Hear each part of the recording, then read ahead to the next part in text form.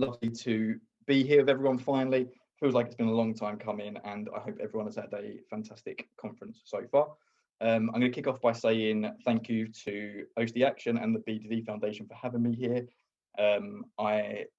Both charities do incredible work. OCD Action has always been one that's been really close to my heart, and has always been one that every time I've engaged with, I've gained from. So I'm super proud to be here. And I hope for those of you that are new to either charity, I hope you have a bit more of a delve into what each charity does. And for those of you that are long-term experienced working with both charities, I'm sure you know exactly what I'm talking about already. So without further ado, first and foremost as well, one of the reasons why, as Charlie mentioned there, I do quite a bit of public speaking. I'm really privileged to speak at a lot of fantastic organisations. I talk a lot about mental health in the workplace, I talk about mental health in schools, mental health at university, and all sorts of other platforms. But one of the reasons why it means so much to be here as well is that as someone that grew up with OCD from a very young age, and I'll tell you all about that in a moment, you guys always feel like my people. So whenever I'm at an event for OCD Action, or I'm speaking to people that have OCD or BDD or related conditions, it always feels like we are talking to, we're singing from the same hymn sheet. So it's fantastic to be here. So I'm going to take you all the way back to 1996 to start with. Very similar to right now, there was a Euros going on. Euro 96 was going on. Paul Gascoigne was doing the business. The Spice Girls were massive, and mobile phones were even larger. And I was 6 years old. I was sort of a regular 6-year-old, I would say. Maybe people that went to school with me wouldn't necessarily agree with that, but I always felt like I was quite a normal 6-year-old. I was massively interested in football. I was riding my bike till all hours, and I was always coming in just before it became dark. So I was just your sort of quintessential 6-year-old, really. I did have a lot going on at home. My brother was really unwell. He passed away when I was 8, so we'd had quite a lot going on in the family at that stage. I had quite a lot of pressure at home, and it was a little bit of a melting pot for pressure sometimes. But I'm going to take you back to when I first started to experience what I now know as OCD. When I was 6, this wasn't something that I understood as being OCD, but now that I'm older, I see it as so. For those of you that have heard me speak before as well, I tell this story quite a bit. I think for those of you that are listening, you might relate to this. You might have a very different sort of almost origin story to how things worked for you, but hopefully the way I've explained this might give you a little idea of how it was for me. So I was 6 years old, walking to school, and school was only at the end of the road as well. So my mum could stand outside and she could look down. I could walk to school and feel like I was a big boy. As I was walking down the road, I saw this big stone in the road. Not like a rock, just like a big stone, really. But everything was big to me. I was 6 and 2 foot nothing. And I had this immediate urge, like this overwhelming, overpowering feeling to go and move that stone. So it wasn't something I'd really experienced before, but I started to feel a little bit anxious. I started to feel a little bit overwhelmed. My chest started to beat a little faster. Felt like I was sweating, and I didn't really know what that was for. At that sort of age, I'd have probably thought I just wasn't feeling very well. I then walked 10, 15 yards beyond that point, and I started to think, I need to move that stone, because if I don't move that stone, something bad will happen. And I have some specifics as to what the bad things was, but we won't go into them now. I'm sure for those of you that live with intrusive thoughts, you'll definitely know what I'm talking about. But I was walking along, I had this feeling just start to grow. Something bad's going to happen unless I move that stone. So I'm walking with it 25 yards, 30 yards, 40 yards, and it just starts to grow. My anxiety starts to grow. I get myself to school. It's just down the end of the road. Get myself to school. I'm sitting in there. It's the first lesson. I remember it really well. It was a maths lesson, and my anxiety is just rising. And again, I'm 6 years old. It's not something I'm totally used to, but it's rising. I just don't feel right. What I ended up doing, not being able to cope with that obsession, was I legged it out of the school. I ran to where that stone was, I moved the stone to the side of the road, and then I felt an immediate, okay, I feel better. And I thought I'd sorted it, and that was that, and that's just the story about the stone. A weird part of my day, something I hadn't experienced before, but that was it. But now, as an adult and as someone that understands particularly obsessive compulsive disorder, I understand that the the thoughts I was having there was my first obsessions, or the first obsessions that I can remember, and the going and moving the stone to avoid the bad thing happening was my first example of compulsion. So that always feels like quite a formative example to me. Lots of you will maybe feel something similar for you, but for me, it started around that sort of age. Between 6 and 14, things were fairly normal. It was a fairly normal sort of life. I could deal with my anxiety quite comfortably. I could deal with being what felt like just a bit of a strange kid quite well. Until I got to high school. I got to about 13, 14, and everything just started to plummet for me. My mental health started to really go down. My confidence went, my self-esteem went, and every day felt like I was just in a washing machine. It was like it was just throwing me around. I didn't have control over anything. I constantly felt anxious.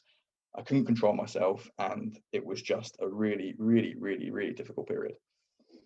Between sort of 14 and leaving high school, I left high school a little bit early, but between that sort of time, OCD became the dominant part of my world, really. And I'm sure for those of you with OCD and BDD, you can relate to that. And I know for a lot of people, that sort of age is a fairly normal time to be really experiencing similar feelings to what I had there. So I was constantly just feeling like I was behind everything. I constantly felt like everyone was doing things that I couldn't do or wouldn't do. People were going to parties, people were playing football matches, people were doing five-a-side in the evenings, people were planning trips, they were going on trains, they were going on holiday with their friends for the weekend, they were doing all of these things that felt like what being 14 was, or what 14 had been promised to me to be, and I wasn't experiencing it.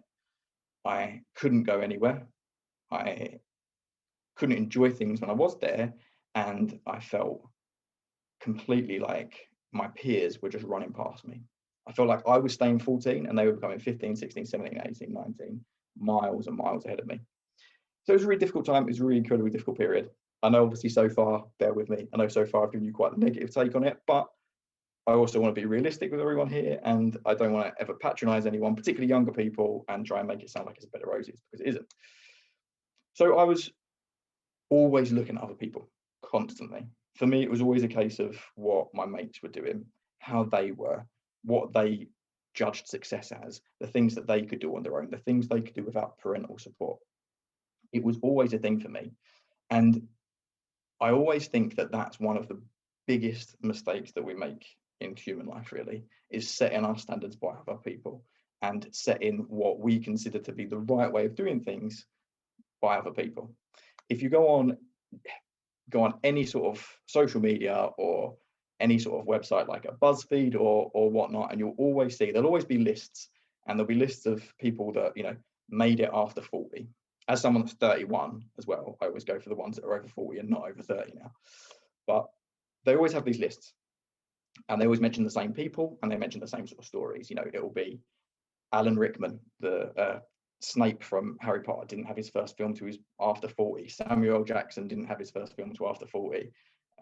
Colonel Sanders, the guy that started KFC, didn't franchise the company until he was in his 60s and make millions. And the moral of the story is always to not judge your story by someone else's. The moral of the story is always to define how you do things on your own terms. Even when it's dealing with something negative, or when it's dealing with something like a mental health condition, we always look at that sort of story and that moral in an entertainment sense or in a making money sense, but we don't tend to look at it in a mental health sense. We don't tend to look at that and think to ourselves, well, you know what, this person might have experienced this, or they might have had therapy for this condition, or they might have gone through that or gone through this, and they're in a better position to me. They're in a different position, but they're not in a better position. And I think that's a really important thing for us to get our head around. I think that's a really, really, really big part of how I found my version of recovery, was because I stopped putting finish lines into things. I stopped saying to myself at 14, well, I need to be well by 15, because if I'm not well by 15, I won't be ready for my GCSEs. And then my GCSEs come around, and I thought to myself, well, I need to be well by 16 because I'll be leaving school, as I could at that time. I need to be well by 18 because I'll be an adult. I need to be well by 19 because people are going to expect this from me or that from me. And one of the things that I always urge people, and particularly younger people, to do is to bin that feeling of how other people's story is and how it relates to yours exactly. It doesn't. It's really good to listen to the story like mine or anyone else's that maybe has OCD or BDD, and to maybe pick some things that are relevant to you, or to feel that sense of community, which is obviously a big part of what the conference is about today. But sometimes it can be to a point where it actually stops us moving forward. So I started to remove those finishing lines, and I started to really banish them from my life. And then I made the decision to banish them when I got to about 22. I said to myself, I'm going to get well. I'm going to try and get well. I'm going to engage, but I'm going to do it my own way. I'm going to do it I'm going to beat my own drum. It's going to be about me. I'm the only one that matters here. And it's only going to be down to the way that I view this, if it's successful or not.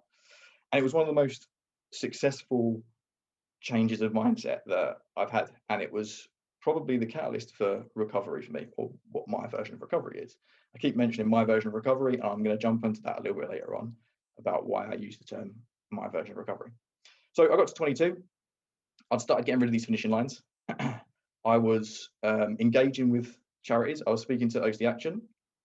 And actually, I saw on the OCD Action website an advert for a TV show called Extreme OCD Camp that was starting up.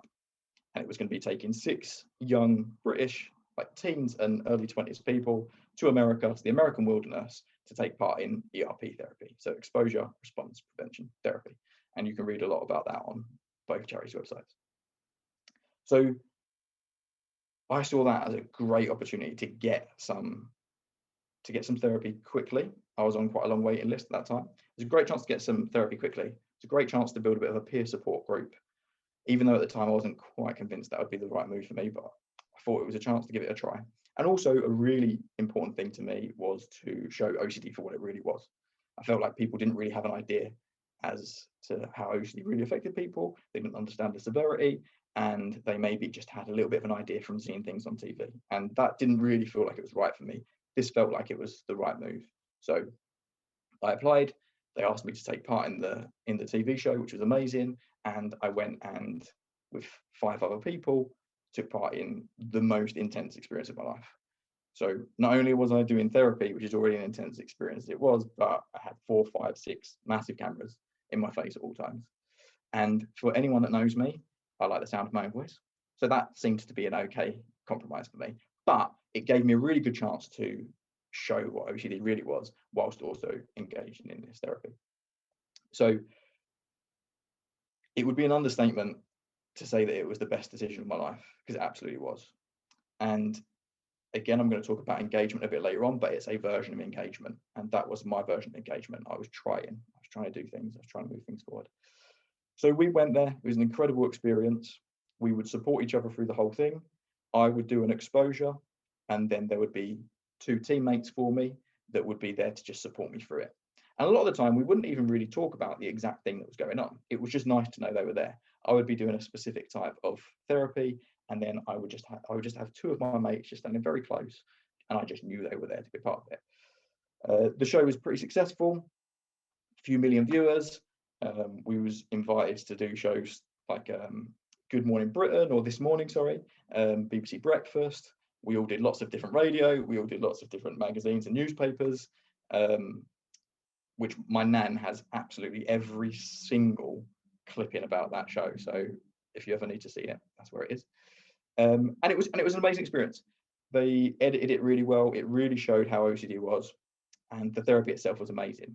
And a big part of why the therapy was so good was because even though I had these other people around me that all had OCD, I wasn't judging how things was going for me by them.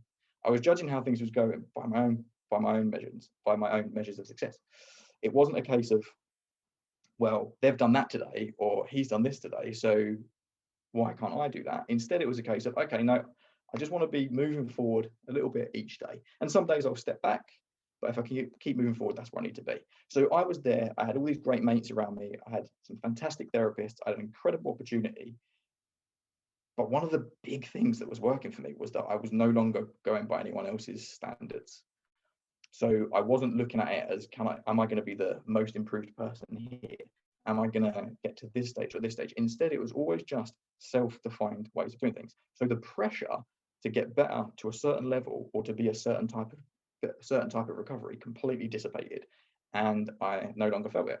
I was no longer having to be stuck in that worry. So that was one of the biggest changes for me. I took the pressure completely away, and it made all the difference. And it takes me onto the pressure of being young as well, being a younger person. So I'm 31 now, as I say, so I'm still mostly a younger person, but I'm talking, I suppose, for under 25s here. There's an expectation and then there's a reality of how being young is. And I'm going to let you in on a secret that no one seems to talk about. And it baffles me that this isn't something that we talk about more often, but being young is hard work. Being 14, being 20, being 25, whatever, is really, really hard work. Since March last year with the pandemic, of course, it's even harder, but it's a tough time. Things are changing, lots of things are happening in your life. You're finding yourself, you're finding what you like, you're having lots of pressure normally with school or university or work, or the pressure of engaging in those things. There's lots of things that become really, really, really difficult. So what we tell younger people is we tell them that it's the best years of their life. And for some of you, and for some people, it absolutely will be. But for lots, it isn't. And that's fine. Because for me, as someone that's past that now, I wouldn't want the best years of my life to be the ones that were behind me anyway. I don't want to have a nostalgic view of the best years of my life. I want them to be something that's in front of me. I want the best years of my life to be the ones that are ahead of me. And what I can tell you is, and again, this is something that we tend to not talk about enough when we get past being younger, being older has a lot less challenges that being younger does when it comes down to mental health, I would say. You have bills, you have work concerns, you have all these sort of things that we talk about and that we consider to be the be all and end all of how difficult we judge life. But a lot of the time when people say those sort of things, it just makes it more difficult for younger people. So in reality, being young is difficult, and that's something that we should appreciate. So I want to give you a couple of things that was really, really important to me and that I would have done differently if I knew what I know now, if I would have been in your shoes. So first and foremost, I would have tried to have understood that one type of therapy isn't the be all and end all. Just because a therapy doesn't work once doesn't mean it won't ever work. If you do CBT, for example, cognitive behavioral therapy, if you do that and it doesn't work, it doesn't mean CBT doesn't work. CBT does work. It's gold standard. It's lots of professionals around the world swear by it, and there's lots of reasons they do swear by it. For me, when I was younger, I used to think, I've tried CBT, it doesn't work. I've tried ERP, it doesn't work. I've tried this type of therapist, it doesn't work. I've tried this type of counseling, it doesn't work.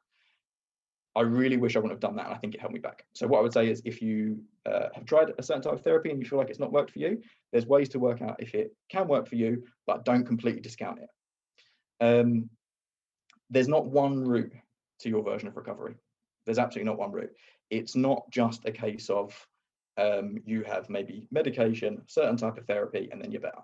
For some people, it might be the first. For some people, it might be the second. For some people, it might be a combination of a lot of them. I always refer to it as a mentally healthy diet. So you'll hear a lot of people talk about how sometimes you might go to a doctor and they'll say, make sure you're exercising.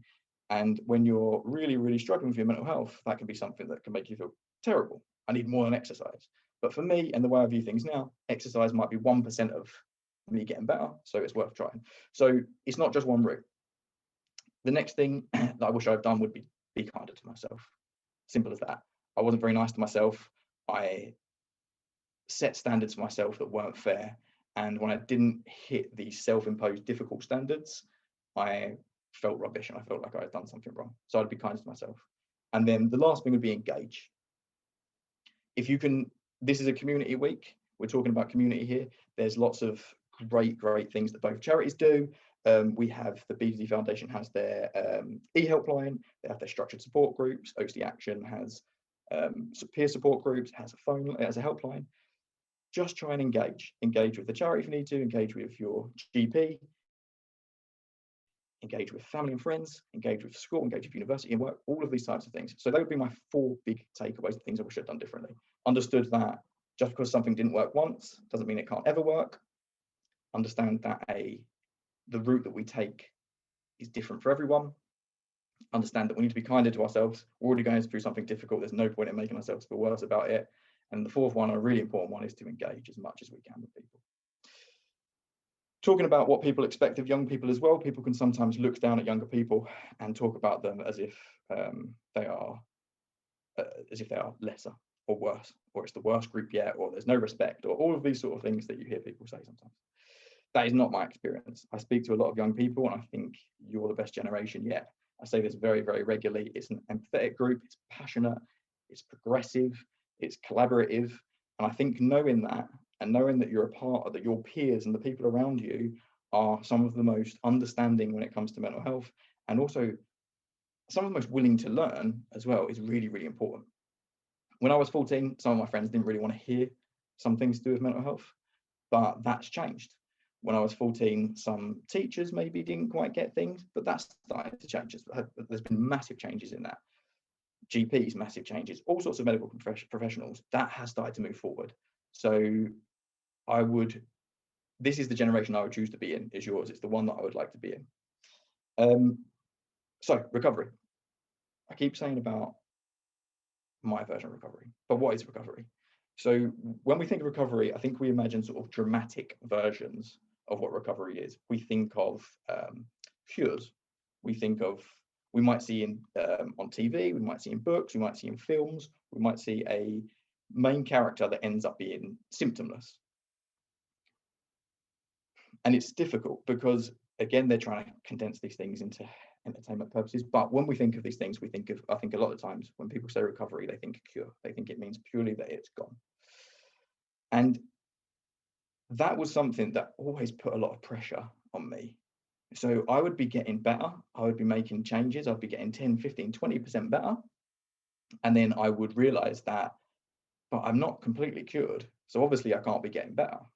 And that was a really difficult, really toxic, really negative way of looking at it. One thing that I've come to understand is that recovery is not just it's not a line. You don't have a Tuesday that you're not in recovery, and then you have a Wednesday and all of a sudden you are in recovery. That's not how it works. So recovery can also be something that sometimes just surprises us. It can almost just, one day you can be sitting there and realizing, you know what, I have so many more good days than bad days now. So recovery is not always what we think it is. My version of recovery, and the reason why I say my version of recovery is because, again, I judge it by my own standards. I try and view my version of recovery by realistic targets, definable success, something that's personal as well, and then trying to merge all of those things, really. So I try and look at what I can view recovery to be. So for me, there was, I always wanted recovery to be that I could eat out in public and people wouldn't tell that I had OCD. That was always something that was really important to me. So I could then set my goals around that specific thing. I didn't have to set them by anyone else. And it took a little bit of pressure away, and it meant that I could set that bar as to what I deemed recovery to be. And that's something that I massively, massively urge all of you to consider looking at. Set your own versions of what recovery is, because it's you that lives in that version of recovery. So if you have a line that you want to get past, that you want to slowly start to move past, and then you want to consider that as your version of recovery, perfect. That's what recovery is to you. And I love that, and that's how we should view it. So for you, that might be, you want to be able to go to a job interview. You want to be able to eat out with family, similar to mine. You might want to be able to have a weekend off where you're enjoying relaxing more than worrying about OCD or BDD or your mental health. I think learning to set those lines becomes a really defining moment in stepping forward for you. Rather than just, I want to be recovered, I want to be over that line of what I consider recovery to be. Setting the lines by your own standards is a massive, massive, massive tool for you in moving forward. One thing I would say is as well, that all of the tools that you need to move forward and to find your version of recovery, they already exist. They're already there. So many great therapies exist. So many great different ways of moving forward, they already exist. So finding how you can set realistic targets, define the success so you know that you're moving forward, and having it something personal to you is a really, really great way forward. One of the ways that can really, one of the things that can really develop, and one of the things that can supercharge that a little, would be to build your own squad. So these can be what I refer to as supporters. They can be people around you, they can be family members, they can be friends, they can be people at school, they can be people at work, they can be lots of different things. They can include your medical professionals, having these teams around you. If you can start, and it's a very difficult thing, but if you can start to build these squads and build these people around you that are your teammates in recovery. They might be people you meet through the charity, through either charity, through events with the charities. If you can start to build those teammates, and if you can start to have them on your side and to have them as a part of every single time that you're doing something that's difficult, or every single time that you feel like you're having a bad day, you know, even if you're not speaking to them about it, there's these 8, 9, 10 people that are around you that want to be a part of supporting you and that want to see things go right for you, then it can be an incredible positive. I had that when I was in America, when we was doing extreme OCD camp. I had these 5 people, they were on my team. We didn't speak about OCD an awful lot, but I knew they were there. They knew as much as I wanted them to know, and that's great for you. They could share as much information as necessary. I could share as much information as necessary with them, but it meant that we was all together, it was all part of it. I had that squad. Now, getting towards the last minute or two, so I just want to talk to you about how I view recovery now. We spoke earlier about, or how I view my life now, sorry, in my version of recovery. We spoke earlier about how they're about TV and films, books, and the way that recovery is and those things. The one thing I would say is it's better than that. It's absolutely better than that, and it's more realistic. It's not just a case of, I'm not spending every single day completely loving every single part of my life. That's not how recovery looks. I don't spend every single day just thinking that this is the best day of my life. I'm not smiling the whole time. That's just not the way it works. Instead, recovery for me is so much better because I enjoy the small things. When I go out for a coffee with my friends, I enjoy it. I'm relaxed, I'm enjoying it. OCD might still be a part of my life for me. I might still feel certain things with it. I might still have intrusive thoughts, but the way I deal with them is completely different. So the thing I want to sign off with is that recovery is so much better than you'd hope it would be. So much better, but it's quite different. It's a little bit more realistic. It's a little bit less film quality, but it's so much better. It's so much more vibrant. My life's become incredibly vibrant, and I love every single part of it. I love being able to talk to people like yourselves, and I'm so grateful that you would listen to me today. I wish every single one of you all the best in finding your version of recovery, and thank you for listening today.